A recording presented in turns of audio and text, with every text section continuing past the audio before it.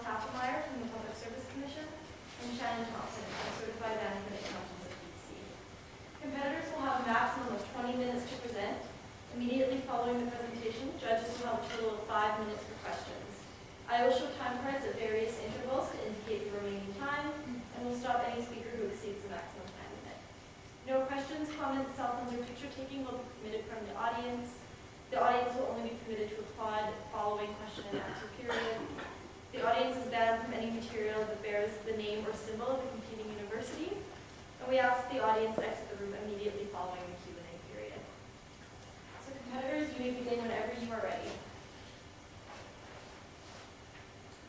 What does it mean to take something beyond profits?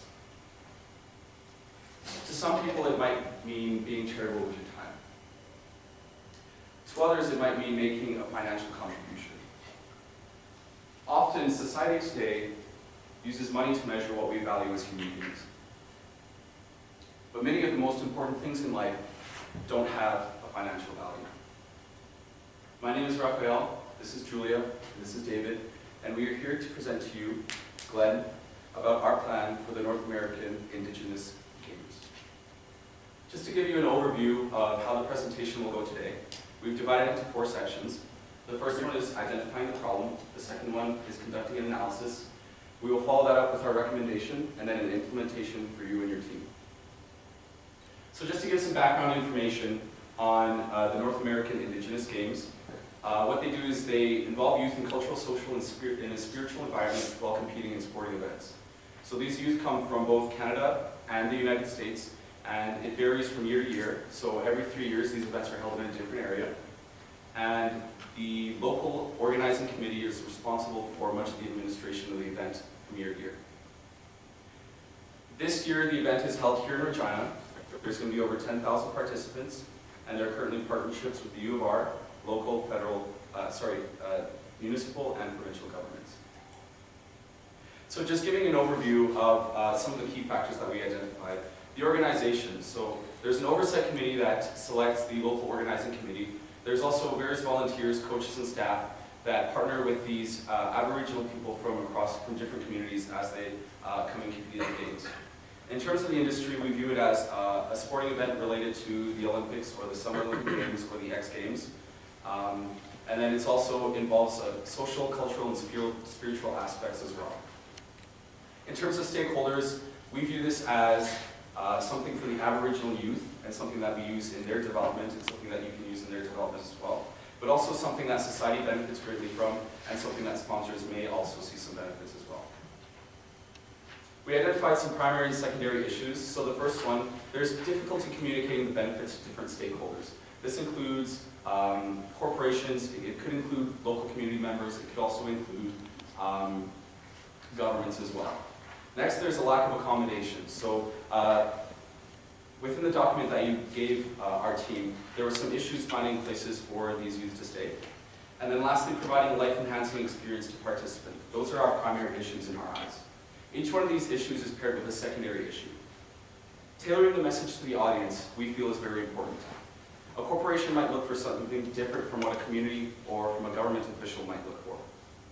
Secondly, there's a hosting agreement that the overall committee assigns to the local organizing committee, and the lack of accommodation offers an opportunity to learn from and make adjustments in the hosting agreement so that these kind of situations don't occur in the future. Lastly, establishing a long-term legacy is important because a successful event not only makes funding easier in the future, but also improves the impact on the lives of Aboriginal youth when they make this a part of their lives, so something that they look forward to every few years.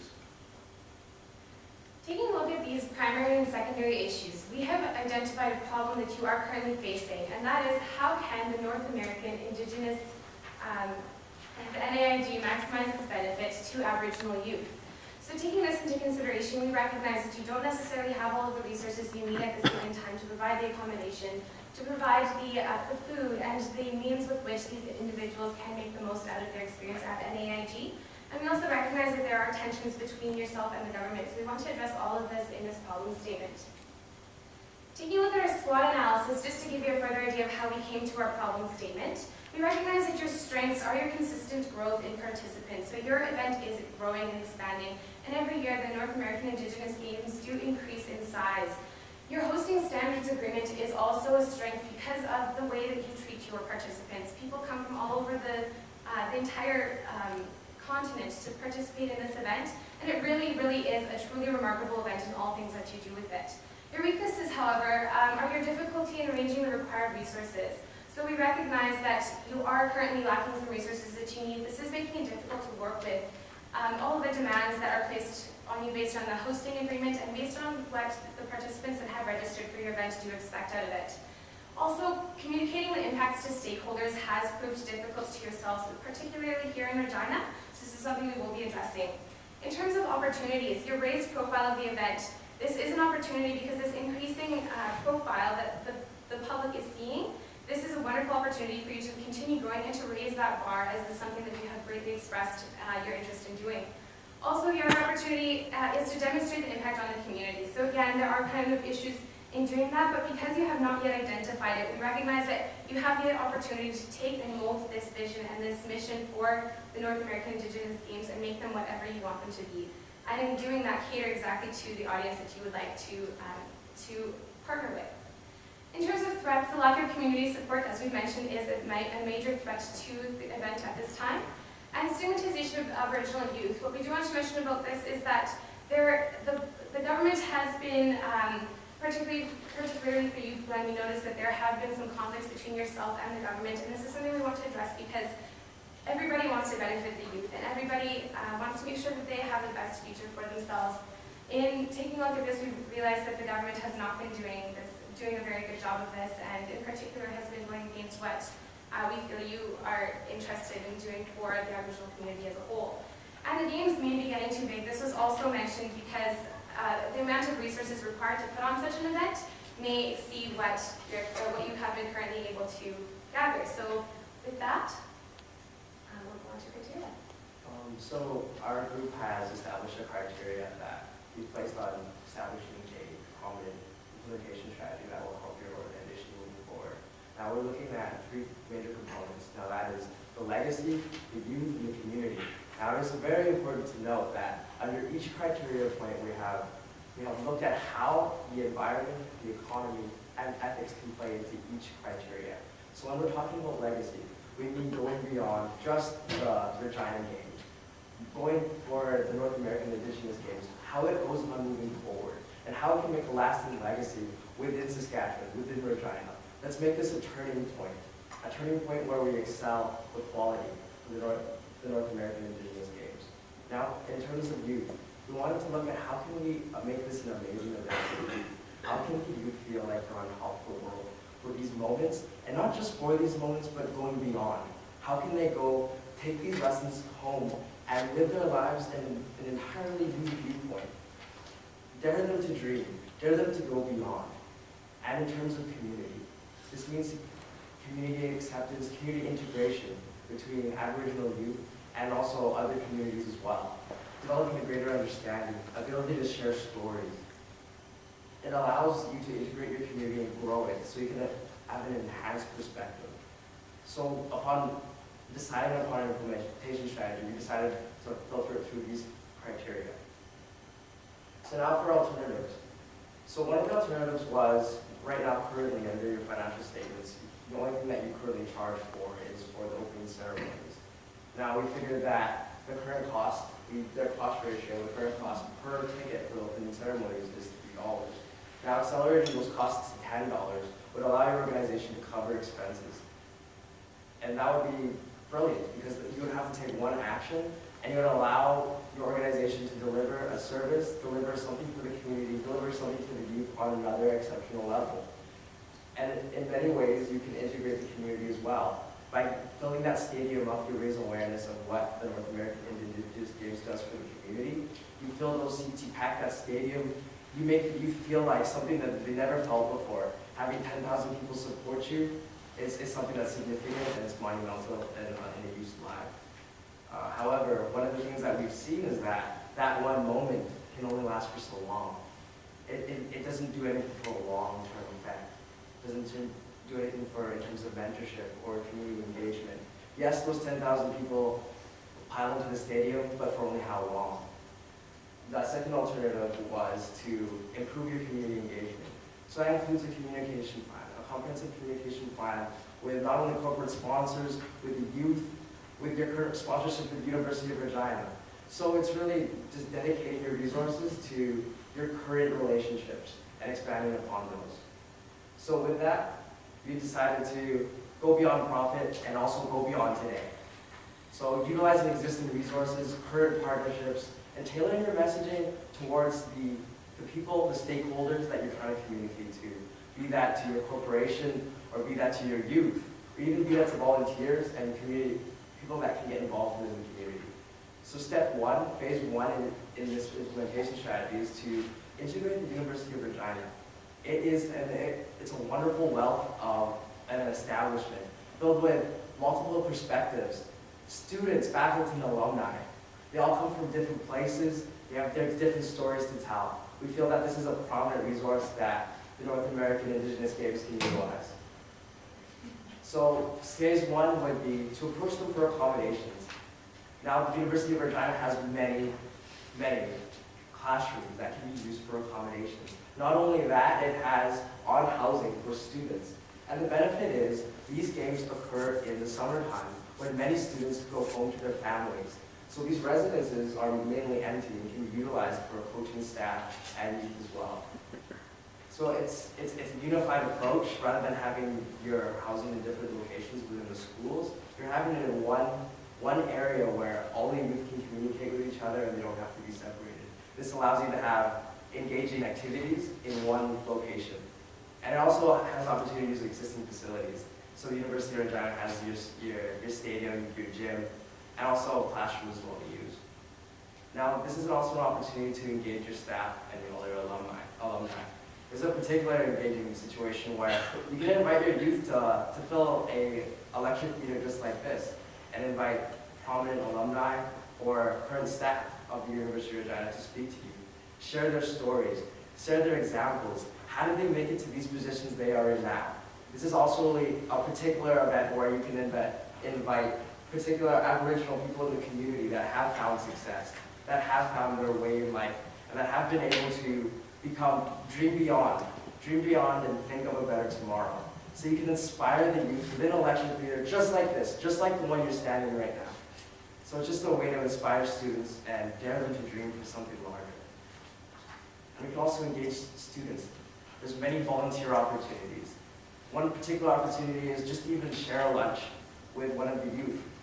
A student and youth connection, allowing a student to share their stories and allowing the Aboriginal youth to share their stories as well. An exchange, so you can create a better understanding. You can go for unification within the community. This again allows more inspiration for Aboriginal youth. It's also an opportunity to create lasting friendships. Now, we mentioned that the games are a national. It happens within North America. But today we have the technology that allows us to communicate through an online basis. You can communicate through Twitter and email. You can do follow-ups. Ways to keep each other accountable. Ways to inspire each other. And the Aboriginal youth can inspire the friends that they make at the university, and it can happen vice versa. So we feel that this is a very good opportunity. So we know that the benefits of this are very good. Obviously what we value as human beings may not necessarily be the same as what corporations value or as what our elected officials value. So in terms of communicating the benefits, we want to tailor each message depending on the audience. The first one is naming opportunities. This one is, if a corporation is looking for merely exposure, there's that availability to name the events or name an Olympic village or a cultural village after a certain organization. Also, a lot of corporations may look at donations strictly from a financial point of view. Of course, there's also the ability to make donations in kind. In terms of accommodations, this could come from a hotel. It could come from a specialty firm that provides some kind of supplies that are needed by the games. The most exciting ones are, when communicating with firms, what they look for is access to a wide range of talent and different perspectives, something that they can't get anywhere else. Also, the growth of the knowledge base. Although they may not be able to contribute money financially to the events, they may be able to contribute volunteers. And in that case, not only do they benefit, but also the volunteers. They go out, they get to see what's happening, they get to widen their perspective as well, and they actually bring that knowledge back into the workforce when they go back into their offices. So there's many ways that these corporations can benefit from something like this. When looking at governments, we look at this from a social value kind of perspective. So there's youth development and societal upbringing. I used to be involved with the Air Cadet program when I was younger, and we faced a lot of similar issues. In terms of governments, the way we look at communicating the benefits is the investment of funds into localities. So the money that governments spend goes directly back into the local area. Also, the immeasurable long-term benefits. Of course, you can measure it in dollars and cents, but a lot of these youth, they end up taking something like this, making it a life experience. They want to go to these events every 3 years, and that actually has an effect on their development later on in life. That those are life-changing experiences. When they're 20, 21, they look back on their time when they were a lot younger, and they have very, very fond memories and how it developed them as a person. In terms of communicating the benefits to communities, we have economic and tourism benefits. So obviously this is something that areas and cities should want to host these kind of events. You look at the Olympics. On the world stage, people want to host the Olympics. It was something like $6 billion in economic activity that went into previous Olympic Games in Vancouver. So in terms of looking at money and tourism benefits, that influx of 10,000 people can also offer something that community leaders or community members may not be aware of. In terms of international exposure, it's a great opportunity for towns to get people from across the world, not just Canada, but also North America, and possibly expand into different regions, and have them concentrated into their one area. This will make them this will obviously promote cross-cultural perspectives, and not only provide a benefit to the people of the town, but also everybody participating. What we want to emphasize is that this plan should create a legacy for the NAIG. We want to make sure that anything that we do today, this year, for Regina will continue to provide lasting impacts for the youth in Regina for many years to come. So taking a look at the economic development that this plan will provide Regina with in general, you will have an influx of people coming into the city. This will come with more resources and more growth. When people come to a city, such as people that come to a conference, for example, JDC West, they come see the city and the beauty of the city and the splendor and the wonderful people and how many wonderful resources there are, and they want to contribute to this and help the community grow and learn. And this is something that the NAIG can do for Regina. So in that sense, economic development is a huge bonus for the city of Regina. Taking a look at returning athletes, as we mentioned, but if they attend future games as alumni, share their success stories, engage with the students, this is also creating a legacy. It's creating this community of athletes that come together and support one another and encourage youth to continue growing and continue advancing their futures. Also, education of youth, they realize their potential, and basically we recognize that by helping them figure out what they want to do with their lives and helping them find the ambition to fulfill their wildest dreams, this is how we can improve their lives in the long run. And what we want to also recognize is that the cultural village plays a huge part in the NAIG. And the cultural village essentially is a base for all individuals to come together, to celebrate the games, to get to know one another, to create those long-lasting friendships. And what we want to do with the cultural village in Regina is to actually create a permanent park in Regina. We want this to be a symbol for the community of what has come together and what we have developed as a whole. And we want to erect a totem pole as a symbol of the progress that has been made and the beautiful event that took place in Regina. This park will be utilized to host festivals, local celebrations, and to really engage the community for years and years to come, and to remember that time that the community came together to host games in celebration of Aboriginal youth and their sports. And so what we also want to recognize is that this plan as a whole does go beyond profits. NAIG obviously is a not-profit organization, so we recognize that everything goes beyond profits to begin with. However, with economy, we want to recognize development of Regina is a huge benefit. In terms of ethics, we better the lives of Aboriginal youth and just better the community as a whole. And in terms of the environment, it really does develop a community for Aboriginal youth to develop themselves in, and this community, this environment that really facilitates their growth is very, very important to ensure that they continue to develop and continue to reach their full potential. And so taking a look at our timeline, we suggest that it starts immediately as the event is only 10 months away. Initiate a partnership with the U of R. So develop a sponsorship package and go to the University of Regina, go to local businesses, and really engage these businesses to encourage them to come together and support this organization. And with the sponsorship prospectus, basically outline exactly what Ralph had mentioned these companies will get from the event, and also basically just let them know what the event is all about. In the near future, so this is probably within 1 to 3 months, start working with sponsors to bring in those resources, to sign those contracts, to really make all those arrangements, and within 200 days begin a totem pole construction and also coordinate with volunteers and speakers. Risks include not partnering with the University of Regina, so the management is to develop that partnership that you do have, continue with your mitigation if this does not work by partnering with other schools. And the messaging of the sponsors may not connect, so we can discuss that further. That being said, we'd like to thank you for listening, and we hope that this plan helps you reach your long-term potential. Q&A. Yeah.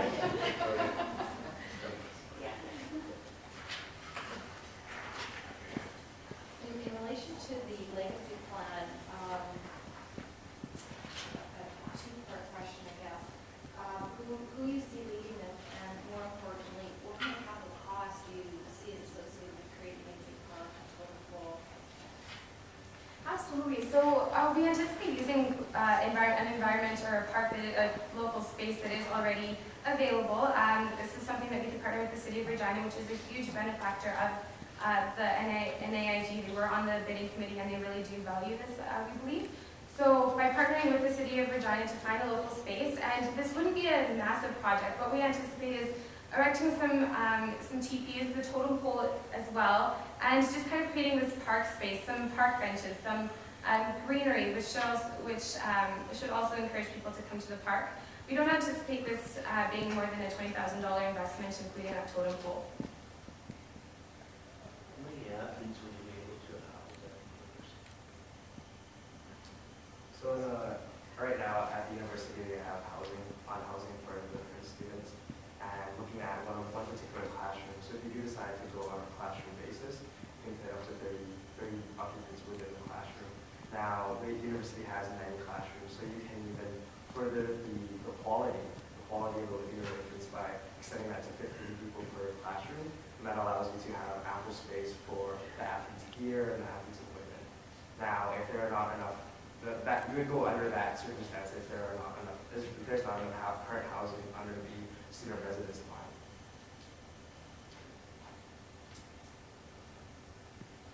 I have a question. You spoke quite a bit about alumni engagement and alumni being active in your community plan. Can you speak a little bit more about what that alumni engagement program would look like and who would facilitate that in the future? Sure, it's consistency. Thank you for the question, Shannon. The games are an opportunity for Aboriginal youth to kind of showcase where they've gone in life. So showcase their achievement to other people. And a lot of these youth, they have an opportunity to kind of keep the program going in the future. So the idea is if they attend the ceremonies early on, they hopefully make it an integral part of their life. And eventually, at some point later in their lives, they're able to give back and somehow contribute back to that event, basically. So, in terms of getting that community engagement, a good example is just having people like Glenn come and talk to them and kind of showcasing where they've gone in life, having chiefs from different communities, having all these people from different tribes come and interact with each other, share spiritual differences, compare things between tribes or kind of integrate themselves into traditions and stuff like that. So we do see this as kind of a a lot of the focus on targeting your approach to corporation. Tell me, sort of narrow that down to who do you think what style of corporations would fall into, who you would approach with corporations you now talk about. So just kind of even on the walk over to our room, we noticed that as we were going through the U of R, we saw a lot of Aboriginal kind of signs and programs here at the U of R. So, and feel free to correct me if I'm wrong, but I think there's a large Aboriginal population here in the province. And so naturally, the workforce kind of integrates the different components. So corporations benefit because, they have different perspectives from what you or I may have. And in terms of approaching the corporation itself, it's just a matter of promoting that. So understanding that somebody who looks at issues differently may actually be a huge asset. And as soon as you communicate these benefits, we think that corporations will be quick to jump on board. I know you sort of alluded to this with the alumni and engagement. Did you have any time to any thought in recruiting, retaining, and training volunteers for this event? Absolutely. So what we did recognize is that there are a lot of organizations that do want to give their time to developing these kind of programs. And as Ralph had mentioned, the companies that we hope to partner with, we would like to engage with their entire employee team and their staff and to come together and to have them assist us in putting these games on together. And so in this way we want to go beyond just the profits and beyond just get the financial contribution that they can make and really engage them in the event. So that's kind of the main source of additional volunteers, but we do recognize that there's a huge pool of volunteers and there's a really great staff as well, so that's something that the community has been really impressed with, and we think that that would be very effective going forward as well. That concludes the